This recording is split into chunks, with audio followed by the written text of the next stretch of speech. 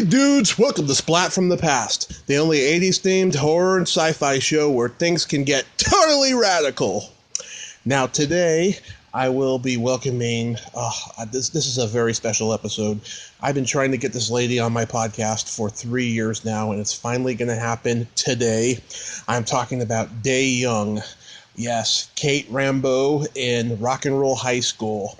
But she's also been in so many other cult classics.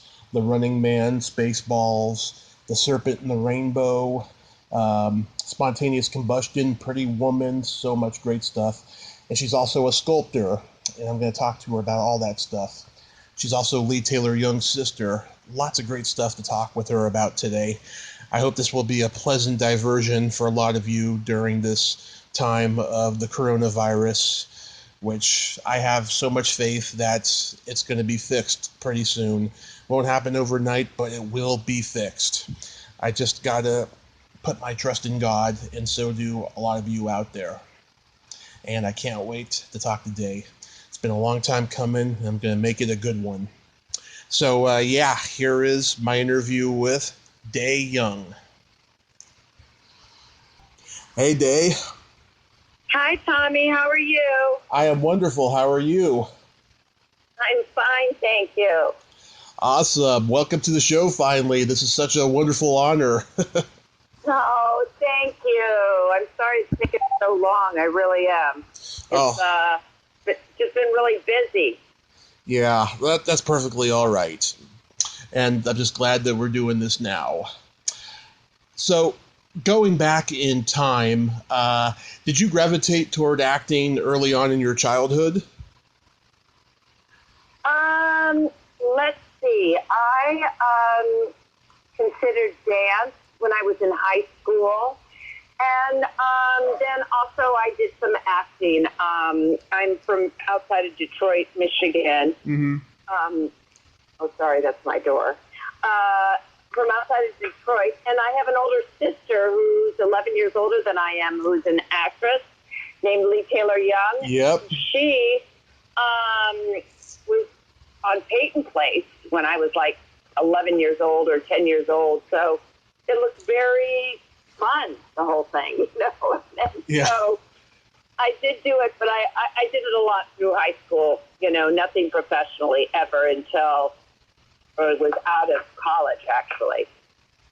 Yeah, she's been in a lot of great movies, too, like Soylent Green and Jagged Edge and Secret Admirer. Yeah. Did she... Right, exactly. So she was a big influence, I think, and for both, I have a little younger brother who's a few years younger than I am, and he also has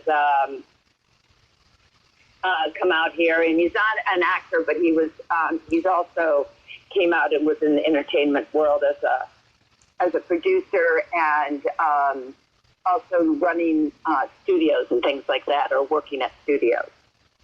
Yeah. So did your sister encourage you? Yes. I mean, she didn't discourage me, and she certainly didn't say, oh, my gosh, this is amazing. I mean, she was doing her life, and her life was pretty full and all of that. And Mm-hmm. so she was never discouraging, but I don't think she said, I mean, like, oh, you know, it's such an amazing profession or anything like that.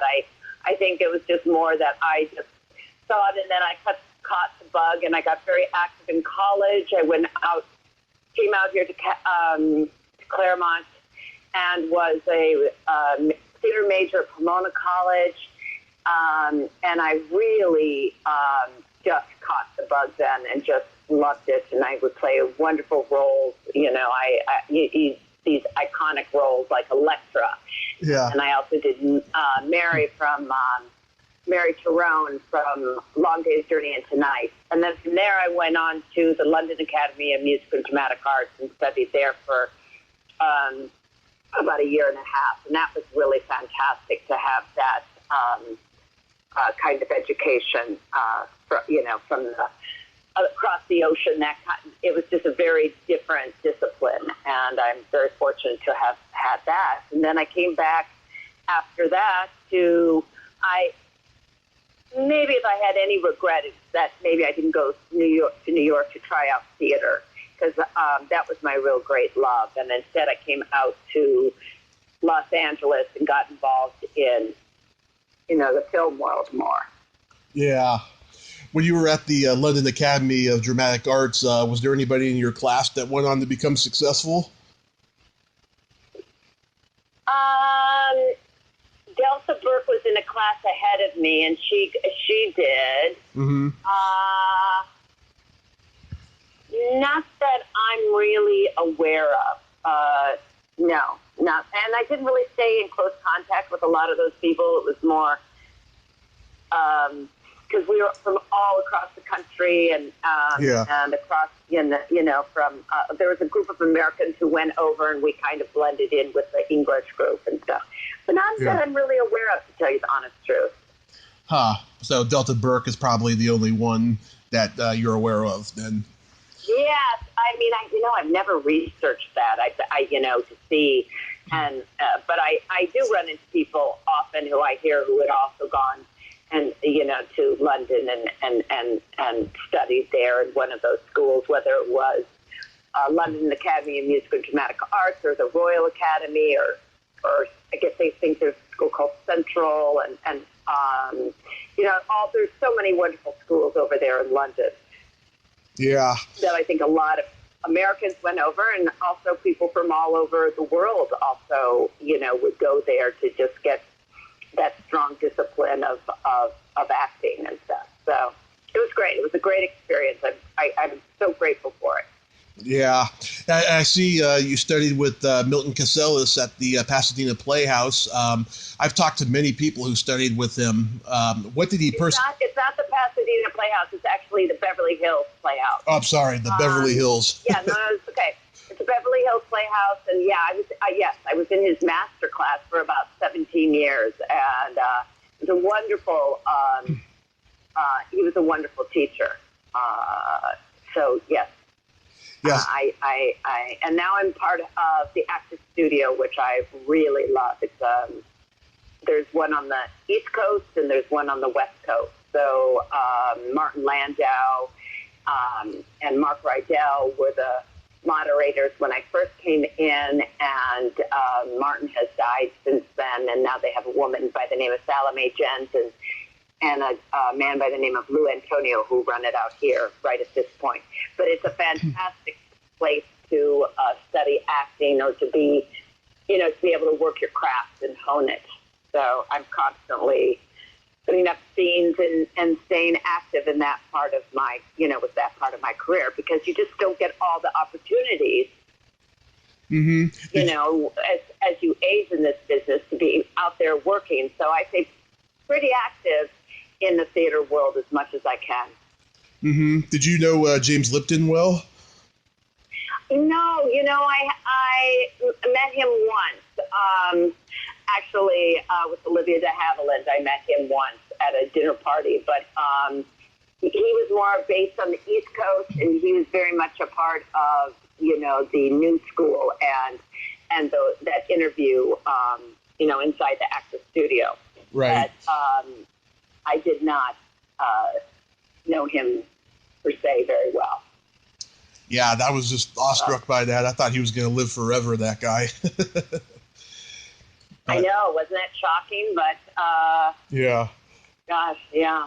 I don't even know how old he was. How old do you know? I think he was 93 or close to it. He had a good life. Very productive. Yeah. So you made your debut in one of my favorite cult movies, Rock and Roll High School.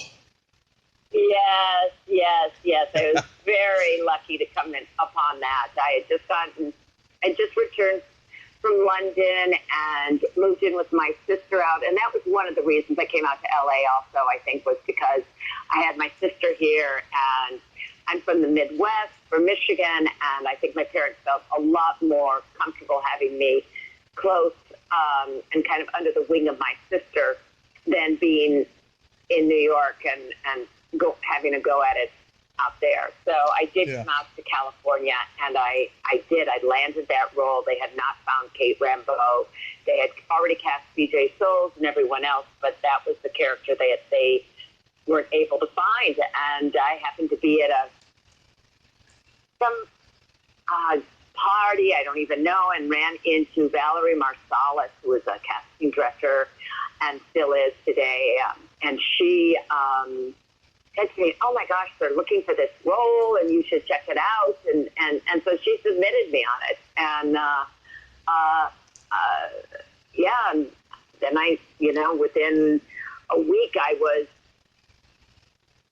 shooting it, and we were, it was an 18-day shoot, and it was a Roger Corman movie. It was pretty out there. It was a lot of fun. It was one of the greatest experiences of my life. It was really, and I knew nothing about the Ramones, so it was a real eye-opener, too, about the punk culture, Yeah. We didn't know it would become like a punk classic. It really didn't do very well in the movie theaters at all, when it opened up, I think, a number of months later. But a lot of Roger Corman's movies don't, they have more of a, they have legs, though, and become cult classics. And I think that's exactly what happened with this one. Yeah, and it's funny. Before they got the Ramones, they tried to get Cheap Trick, and then Todd Rundgren, and then Van Halen. It would have been interesting to see that movie with those guys in there. Oh, that's wild! I didn't even know that Todd Rundgren was one of them too. Yeah. Yeah, it would have been. It would have been a very different movie. But I think this, really, so much of it just was it really helped to catapult the punk scene, I think, in many, many ways, so I think this movie served in its time, was really good. I mean, I'm not sure it could be made today with the bombing of schools and all of that, but it was really a fun movie and wonderful to work on. And I loved working with PJ. She was like a big sister to me. Yeah, you two had really great chemistry. I love the scene where you two are walking in the hallway and you guys are passing Alex Elias, and PJ pretends to be deaf. Oh, yes. Yes, right. Yeah. PE teacher. Yes, that was so funny. Yeah. Yeah. There's just very cute bits throughout the whole thing. And Alan Arkish is he's still a friend. I mean, I have definitely stayed in contact with a lot of the people from that, but mainly PJ and Alan. And it's just, they're just great. And also at the Roxy when Alan Arkish plays the mouse, he's in the mouse costume. It's just a lot of fun. We really did have a great time. Yeah, it's a great movie. It's got a lot of infectious energy, a lot like a lot of other teen movies from that time, like Animal House and American Graffiti. Just the chemistry is just well cast. I talked to PJ a couple years ago, and she's quite proud of the movie, and she had some pretty interesting experiences with the Ramones, she said. Yes, I know that. Yeah, she definitely had one-on-one. I mean, they didn't speak a lot. I mean, the pizza scene in the Roxy, I remember, and it's just, they just didn't talk a lot. So they were, and Johnny was the vocal, the voiceman for them all in a sense. And but it was, and I was literally, it was, they brought in, I'm sure you've heard this, but they brought in a real punk crowd to the Roxy, and they were a bit rough, and PJ and I were getting roughed up in that, in the front row of, by the stage as we were watching, the Ramones, and, I think, there was also the idea that they had to keep playing the same song and all of that to get the film that they wanted exactly. So there was a lot of unrest in the audience, and it got wild at one point. It was a little bit scary. I definitely had my my full experience of what the punk scene was that night. Yeah, you two probably thought to yourselves, wow, it wasn't this crazy when you go to a Beatles concert. Well, I remember going, the very first concert I ever went to was when I was 11 years old, and my parents took me to downtown to Cobo Hall with my brother, and we saw the Beatles, and it was a frenzy, and it was huge. It was, oh my God, there was thousands of people, and it was such a frenzy that you literally could not hear the music. So I have to say that it was definitely a different kind of audience, you know, because you didn't see them bashing their heads on the cement outside the Roxy and you know, with all these safety pins through their skin and all of that kind of stuff. But you did see the frenzy that the Beatles caused. So at that time and age, my parents were in shock, you know, seeing that, you know, the frenzy that the Beatles, you know, had caused. So, you know, I guess it's, you know, you know, a time for all seasons or a time for all different kinds of bands, you know, and that would have been years later. So, but it was, it was wild. What was it like kissing Vince Van Patten? Gosh, I have more of a memory of us knocking noses in the, they had a scene, and I'm not sure if it made the movie, but there's a scene where they had a big, like, bubble bath, and it was more like a jacuzzi bubble inside of the gym. It wasn't inside the gym, but they had in the locker room. Yeah. And we were, and it was, I remember that I slipped, we both slipped, and we cracked noses, and, oh my God, it was so, and you know, this was a low budget Roger Corman, so they didn't really do very much about it, but it was, I'm not sure that scene even ended up in the movie. I don't think it did, but it was a pretty crazy time, those last couple of days when we blew up the high school and all the dancing down the halls, and it was a little bit of a frenzy in itself, I think, but Vince was great. I really enjoyed him, and he was just a fun guy, and I loved it. I loved his bits. But as you know, most of my stuff was with TJ, so. Right. Yeah, that was great. And then you did Strange Behavior. What was that like for you? Right, I did. Strange Behavior, that was so cool, the experience of actually getting the job, because I don't know if you've heard the story, but I was standing at Wells Fargo, and Bill Condon, who was just an amazing director, writer-director, was standing behind me and, like, peering over my shoulder, trying to see the name, I think, on the check, as I'm seeing her writing this check, as I'm standing in line to make a deposit. And I finally turned around, and I said, "Hi, can I help you?" And he said, "Oh, my God, are you Dey Young or Kate Rambeau? I just love you so much." He said, "I've written a part in a movie for you, and it's called, Strange Behaviors." Yes, Strange, because he also did Strange Invaders. Yeah. Strange Behaviors. And he said, "Would you read it? It's the ingenue lead." And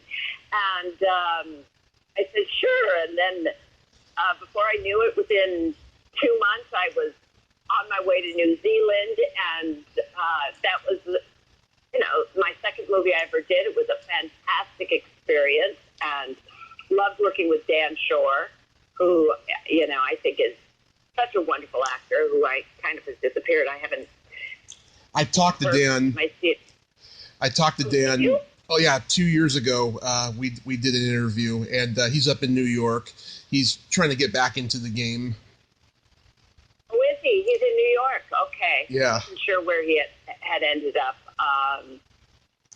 Yeah, he's a terrific actor, and so that was a lot of fun. Also working with Fiona Lewis and Louise Fletcher. Yeah, Louise Fletcher. It was a really wonderful cast, and then they changed the name to Dead Kids. It was called Dead Kids on VHS or something. Oh, wait. No, maybe you're right. No, it was originally called Dead Kids, and then they changed it to Strange Behaviors. Right. That's it. Yes.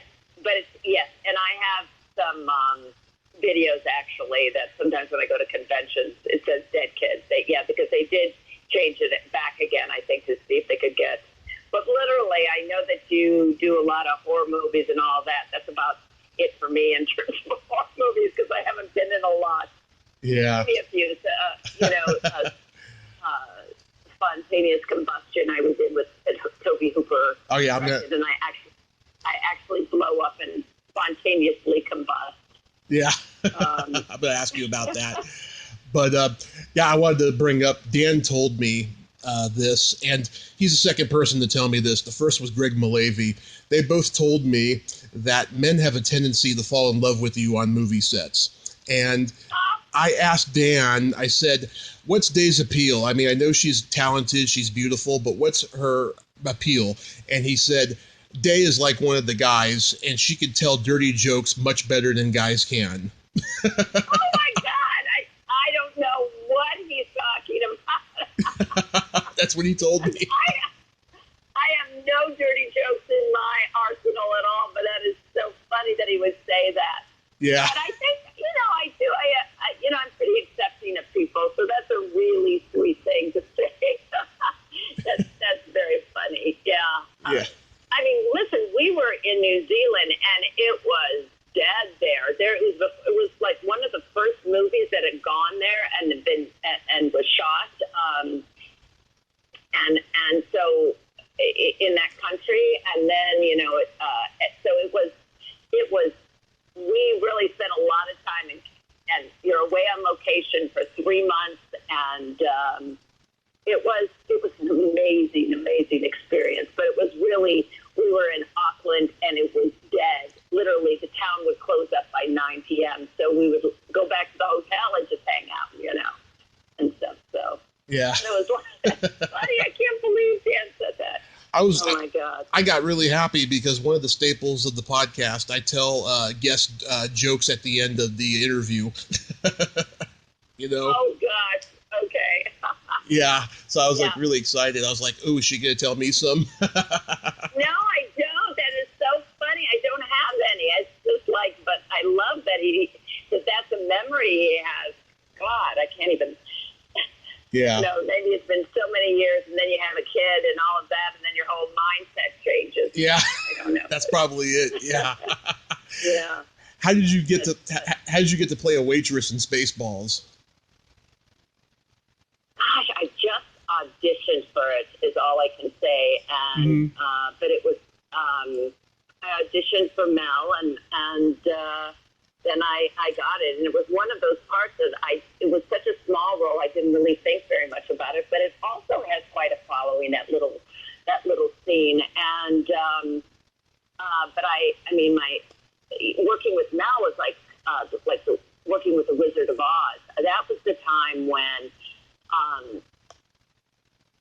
they had a couple of big stages, and Mel, and this was the spaceship and all of that, but this was a set that was built, and we were on one stage, and Mel was on a whole nother stage watching us and directing over a megaphone, and just like shouting these orders, and it was like dealing with the Wizard of Oz coming from the other room. It was frightening. It was one of my first experiences ever having not the director right there on set with you, and so it was quite a, they'd go, space waitress, move 2 feet to your left, sir, on the other side of his tail, so we can, get the tail under your skirt. He was radical. Yeah. And Mel was wonderful. But that's about my only story I have from Spaceballs. But working for Mel was really a trip. I think he was just a huge personality and had a booming voice, especially because he, as I said, it was coming from another stage, and you heard it over this megaphone. So yeah, I was watching it the other day. I noticed too you had kind of a southern accent like Flo on Alice. Did I? Gosh, I have to see it again. It's probably over 20 years since I've seen it, so yeah, that is that's funny. John Candy must have been great, though. He was very sweet, and Bill Pullman, I ended up working with him again in a movie called Serpent and the Rainbow. Wes Craven, yep. And I love Bill Pullman. He's a really... And Daphne Zuniga is a friend of mine. We go to a meditation group every Friday morning, so I see her. So it's kind of funny. It's a small world how people will reconnect later on and stuff. I didn't have anything with her in the movie, but yeah, it's funny how paths cross. Yeah, it's funny you bring up the Serpent and the Rainbow. It's kind of a Indiana Jones meets George Romero type of film. Yes, it was a Wes Craven movie. It was actually, my husband at the time was the producer of it, and we were down in Haiti, David Ladd, and it was one of those movies that the book was written, it was from a book that, what was his name? I'm blanking on who wrote it. But it was a wonderful book, and they ended up wanting to take this and make it into a super horror movie because it was based on fact that, this was in Haiti, this was their form of capital punishment, was putting different solutions on either doorknobs or thresholds that would create some kind of heart attack of some sort, and a person would be pronounced dead, and then they would end up coming back like a couple hours later, but they might be buried by then, and then they were considered zombies. So it was a really interesting phenomena, the whole idea of the movie, and then they ended up making it into a horror movie. And so it was, and I have that like epileptic fit on the table. So that was quite an experience where my character is having this dinner party, and then in the middle of it gets up and starts becoming, goes into being a slasher movie. So, but that was a great experience too. Wade Davis. It was shot in Haiti, and then they had to, because there was some riots with the extras, they had to move in the middle of the night. They were afraid, and the whole production had to move to the Dominican Republic. So it was definitely, they shot the first month in Haiti, and then they had to move and finish the movie up in the Dominican Republic, and they made that choice in the middle of the night. Mm-hmm. Yeah, Wade Davis wrote the book. Right, Wade. Thank you, Wade. And I know him very well. I just blanked. So yes, Wade Davis. Thank you. Yes. Oh, he's fantastic. He's gone on to. He's got a PhD, and he's gone on, and he goes on National Geographic tours, and he's just brilliant. The scholar who takes people around, and he knows all about different plants and the different properties that can be dangerous or hallucinogenic or whatever. So, and that's a botanist. That's right. So it was loosely based, I think, on his own life, and but then Universal wanted to make it into a horror, as I said, and so they just took it in a whole different direction. Yeah. How about making The Running Man? That is I should just bring up all these movies from my past, and I really have to rack my brain. That was a funny scene, a very funny scene. Yeah. The dialogue they gave me, oh my God, it was a riot. But that was an experience where I got cast by one director and then showed up on the set, and it was another director, who had replaced Paul Glacier. Yeah. Replaced Starsky and Hutch. And, yes, right. Yeah. And he had replaced the other director, so it was, but that was a very straightforward kind of, one day role that was really fun to shoot, and where it had some really funny dialogue. Yeah.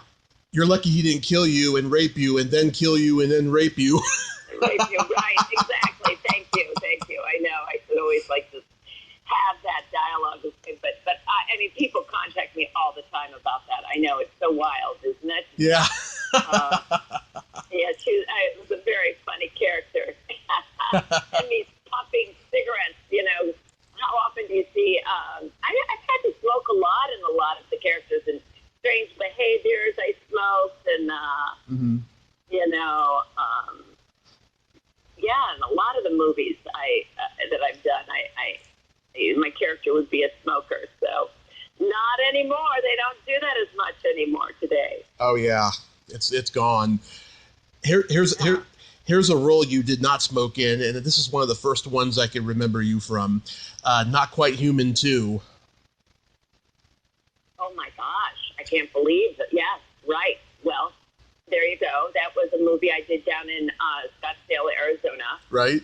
And my daughter was about 1 year old, so I remember that she and my husband and my parents also came down while I was shooting down there, and that was with Alan Thicke, and I played a scientist, which, okay, that's like taking Kate Rambeau another step. Yeah. I'm playing this scientist with glasses, and so that was a lot of fun. I really enjoyed shooting that, and from there is where when I met Alan Thicke, I became friendly with him, and that's where I got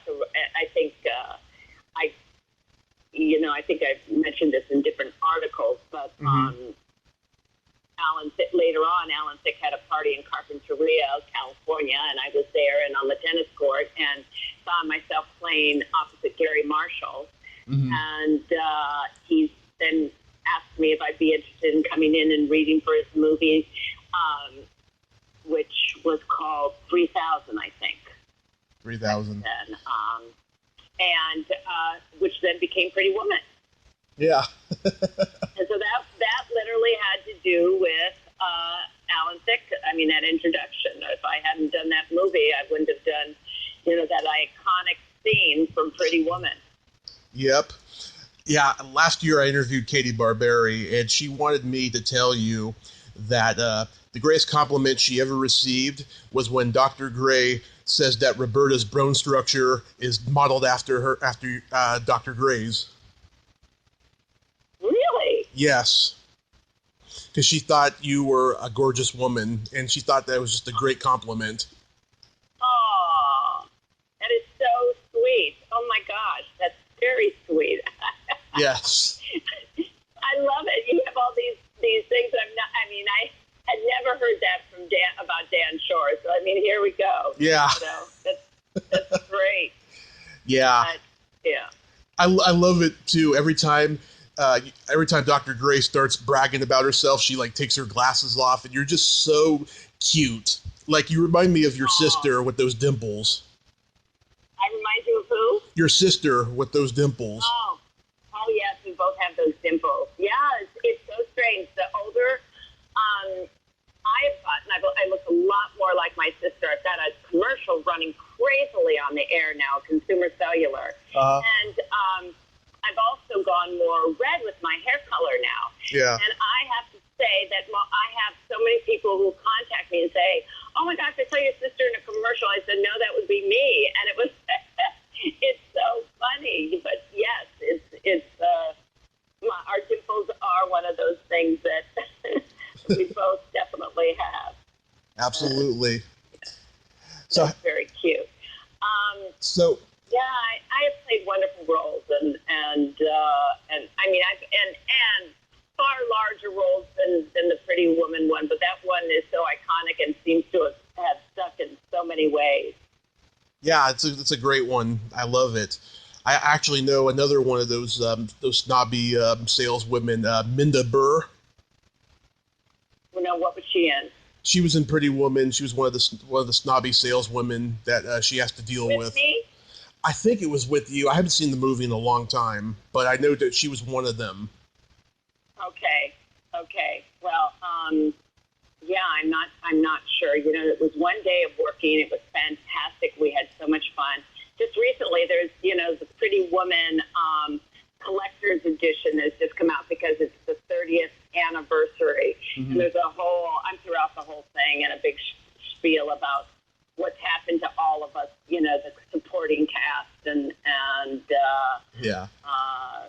you know, how we got involved in the project and all of that. I mean, it has, it's a movie that just keeps living on.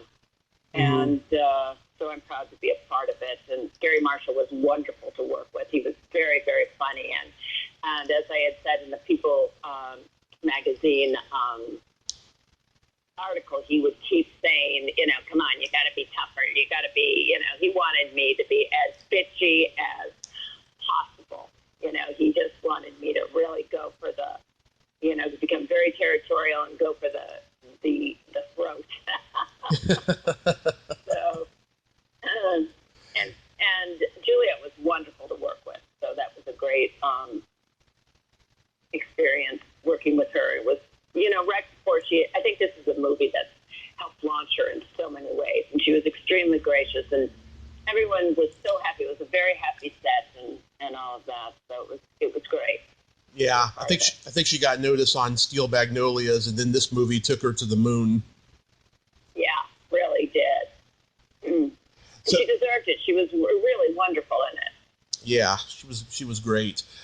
So in addition to acting, you've also been a sculptor for many years. Do you have a gallery? I have a number of galleries, actually, that I've been part of. I had a gallery called the Janine Contemporary that was down in Santa Fe that just recently closed down. And I'm up in a gallery in Carmel right now called the Mary Titus Gallery, Fine Arts, and that's a very nice gallery up in Carmel. But my gallery that I do very, very well with, and which is really quite a wonderful gallery, is in Beverly Hills on Rodeo Drive, which is called Gallery Michael. And they carry about 10 of my pieces, and they've handled me and exhibited my work now for, I'd say, I'd have to look on my webpage, but about 4 years, and I've done very, very well. You know, it's very interesting. A lot of my, they are a gallery that handles Picassos and Rembrandts and all sorts of very amazing artists that are long gone, and they only have a few contemporary artists, so I'm one of them, and I'm very thrilled, and I think it's because I do a lot of my work is more classical, like, and figurative work as opposed to being extremely contemporary. So they display my work, and I do well with them, and I do very well, actually, with the Asian markets, although this last year, because of a lot of the restrictions that our President Trump put on the, you know, the trading, I didn't have as good a year last year as I did in 2017 and 18. It was just like I sold a lot of pieces to the Asian market. Yeah. So, and now with the coronavirus upon us, I think everything's going to be slowing down a bit. Yeah. But I'm very fortunate. I started in college to sculpt, and I feel so grateful that I have this other, you know, this other endeavor, this craft that I love, and that is also a career, because there's so much time that you're out of work. Yeah. You know, and to be able to, and it's a very different expression than acting. Acting is more, you know, you do it it's more collaborative and co-creating with a group. And this, I can just go out in my backyard and I can start with a piece of stone, and I can start chipping away, and I can do it by myself. So it's more of an introverted experience, you know. So I'm very fortunate to have both of them, and when I'm not working, I'm definitely covered in dust. That's for sure. That's awesome. And are you active on the convention circuit? I do go a lot to the conventions. I didn't let's see. This is the last one. I go mainly for Rock and Roll High School, so whenever PJ or for Star Trek, because I've done a number of Star Trek, which I'm sure you're aware of. And, yep. And oh my gosh, that fan base is huge. Yeah. So I went to Vegas about 2018 and did very well. It was the first time I'd ever done there because I've been in 3 different Star Treks. The Next Generation, and then I was in Deep Space Nine, and then I also was in, Babylon 5, maybe? No. That's not part of the Star Trek. It was, Enterprise? Yeah. Enterprise with Scott Bakula. Right. So I had a huge following there, and so I did do that convention. And then I've done a lot of them with PJ and Mary Warnock. We would go. Yeah. I did the Chiller, and so, but because so many of these conventions are really more horror based. The horror fans really come out in droves, as you know, and that I haven't done a lot of so-called horror movies, although I did meet Rob Zombie, and I said, please put me in one of your horror movies. Yeah. So maybe someday that might happen. But, sci-fi, anyway, it's so I don't go quite as much. PJ, oh my gosh, she goes nonstop. Yeah. I know. She has a lot, with Halloween and oh my gosh, she has so many different movies that she did that were cult successes. Movies. Yeah.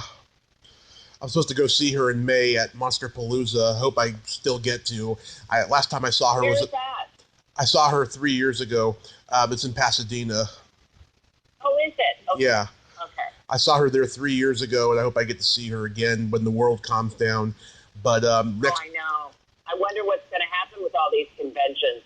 I did that little circ called 50, which is and I was supposed to go actually to Pasadena this weekend for a festival and do a talk afterwards. But I think that everything seems to be shutting down.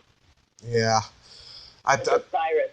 I'm staying optimistic. I think we'll get some vaccinations pretty soon, and I don't know. They say a year to 18 months. I mean, so that's. But this might have to run its course. You just have to stay healthy. Where are you based? In Redding? In Redding, California, yeah. Right. And, so they are closing down. I mean, a lot of different, the NBA has been closed down, a lot of different, a lot of different big sporting and concerts venues have shut down. It's insane, yeah. It really is. I hope, it's such a shame, but we should have been better prepared as a nation and I guess as a world, Yeah. But we have to stay healthy. Yep. I hear eating lots of parsley and cilantro. So Griffin and I make a lot of these green drinks every morning to keep us healthy and keep our immune system up. Yeah. Doing whatever it takes. Yeah. So, Dave, there's a game that I like to play with my guests. This is kind of a okay. It's kind of a anti-James Lipton questionnaire. It's slumber party questions, and how this works is I ask you the question, you answer it, and then you ask me the exact same question, and I answer it. First question. Okay, so you asked me the question. I'm not really good at games, or jokes. I don't know what. Nope. Man, sure. You probably thought I was just one big joke. But anyway. Nobody wins or loses. Ask me a question. Yeah. And then I'm going to answer it, and then I'm going to ask you the same question. Yes, and then I answer it. Okay. Day, are you ticklish? Yes. I am very ticklish. I'm especially ticklish. I remember as a little girl, but I still am behind my knees, and then yes, definitely under my arms. I get very ticklish. Okay, so now it's your turn. Mm-hmm. Tommy, are you ticklish? I am baby ticklish. I mean, I've been known to hit some people in the groin.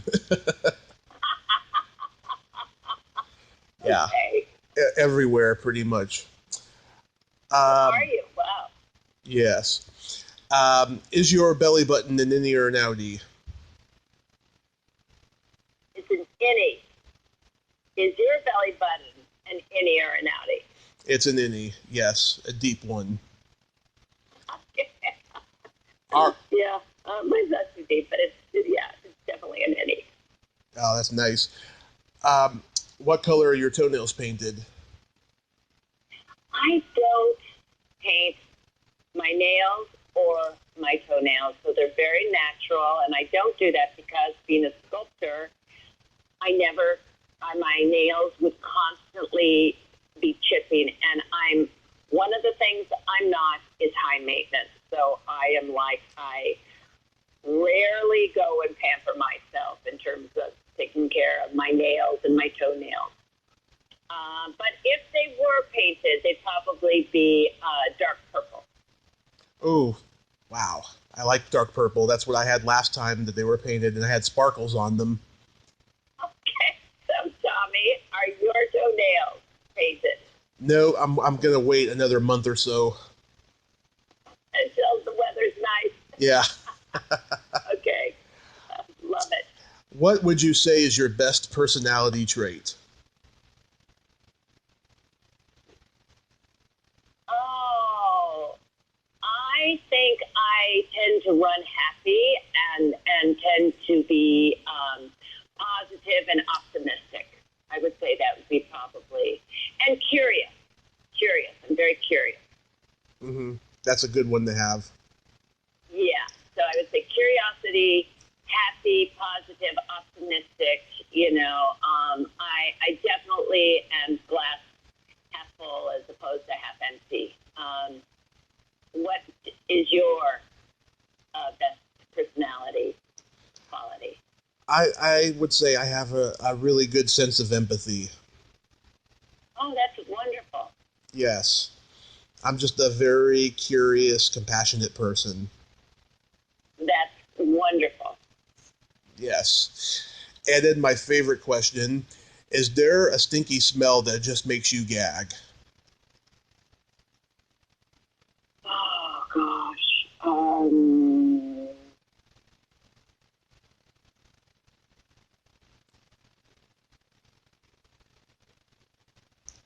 I think certain kinds of dog poop really does, but it's so interesting because we feed our dogs very natural food, so their poop doesn't smell. But like if I'm a hiker and I walk up Runyon Canyon a lot, and if I step in poop and I have to clean it up later, I'll find myself off and gagging. Yeah. So so that would probably. How about you? What is your stinky smell that makes you want to gag? Either farts or feet. Oh, farts or feet? Really? Yeah. I have a very sensitive nose, and I get that from my mother, and we're both half Italian. Ah, okay. I love it. Yeah. I love it. That's great. So, do you cook? Are you Italian cook? I can cook little things here and there, but I can't cook that much. My mother, she's the best cook in the world. Oh, wow. That's fortunate. My mother, I did not inherit the cooking gene because my mother did not like it. So, like to cook, she was so smart, and she was more interested in art and being more, she was more on the creative. Her creativity did not run in the kitchen. Why don't I say that? So she could take us to Burger King or to any of, in Michigan there was a place called Biff. And if we could go there and get a burger, that would be her preference. So I did not go up. But I have to say that my boyfriend, who is Dutch, is such an amazing cook. So, and he loves to cook Italian. So I'm really fortunate. Did your father cook? Does what? Did your father cook? No, he didn't. He was a businessman, and so he would he was almost gone by the time I'd get up in the morning at 7 in the morning because we had to drive down to Detroit. Mm-hmm. And then he'd be home. We'd have dinner usually for him, and he wouldn't be home till after 7. So no, he was not a cook either. So I really was not raised with any cooks, and I can say that, it's not been it has not been one of the things that I would say I would not wish it on anyone, my cooking. Although I can make a mean salad, but that's about as far as it goes. Yeah. That's it.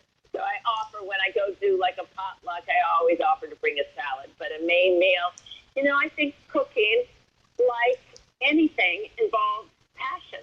Mm-hmm. And that's where I feel I've been really fortunate, is to have the passion with my acting and the passion with both my sculpture. And, I feel really accomplished in those areas. And a lot of it is because of having that passion. But the kitchen is not where my passion runs. So I leave that to other people. Yeah. So let me tell you these jokes really quickly so you can go on your way. Okay. You know why men like to marry virgins? No, why? Because they can't stand criticism.